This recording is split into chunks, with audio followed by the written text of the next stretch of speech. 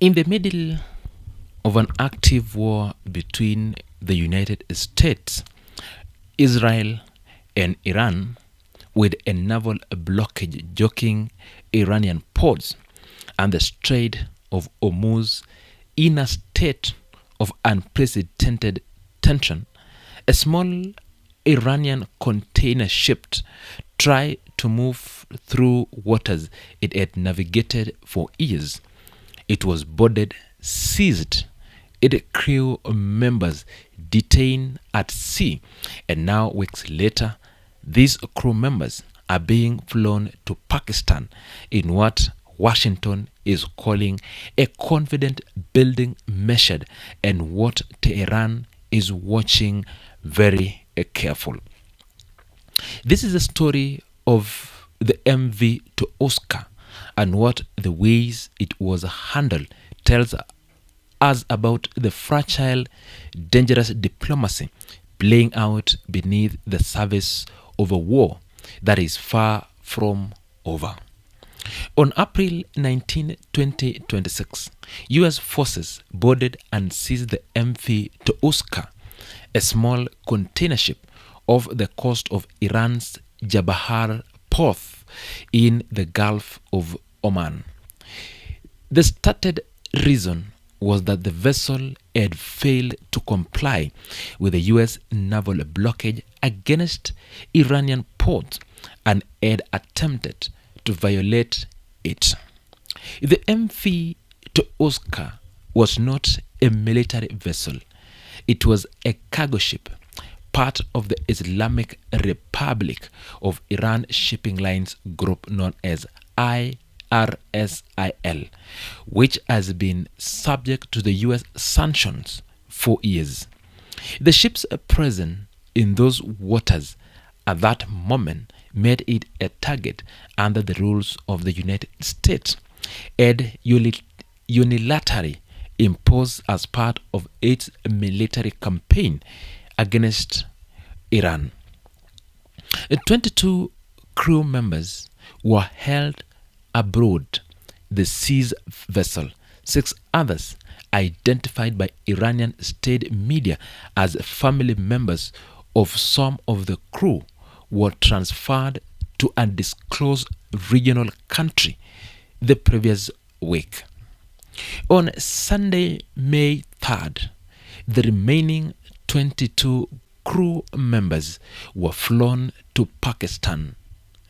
Pakistan's foreign minister confirmed on Monday that they would be handed over to Iranian authorities and that the ship itself would be returned to its original owners after reassessment, repairs, transfer back into Pakistan territory waters.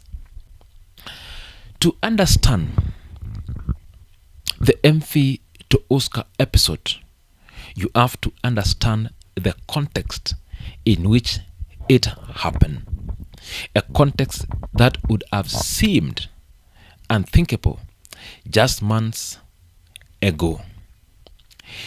The United States has imposed a naval blockade on Iranian ports as part of its military campaign alongside Israel.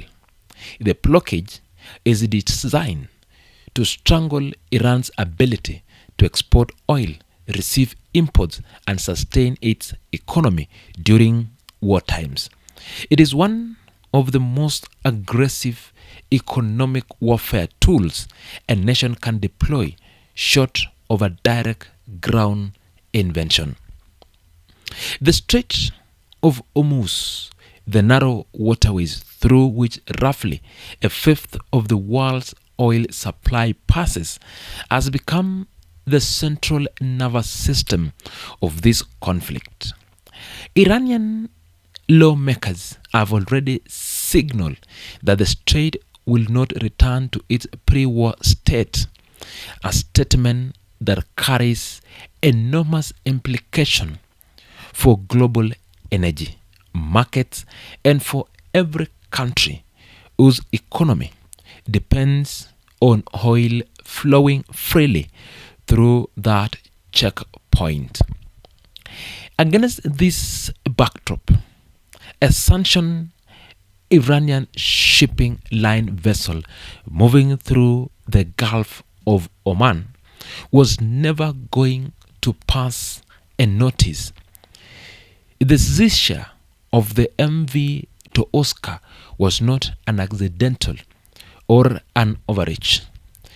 It was the blockage working exactly as designed, intercepting Iranian-linked vessel and demonstrating that the enforcement mechanism is real.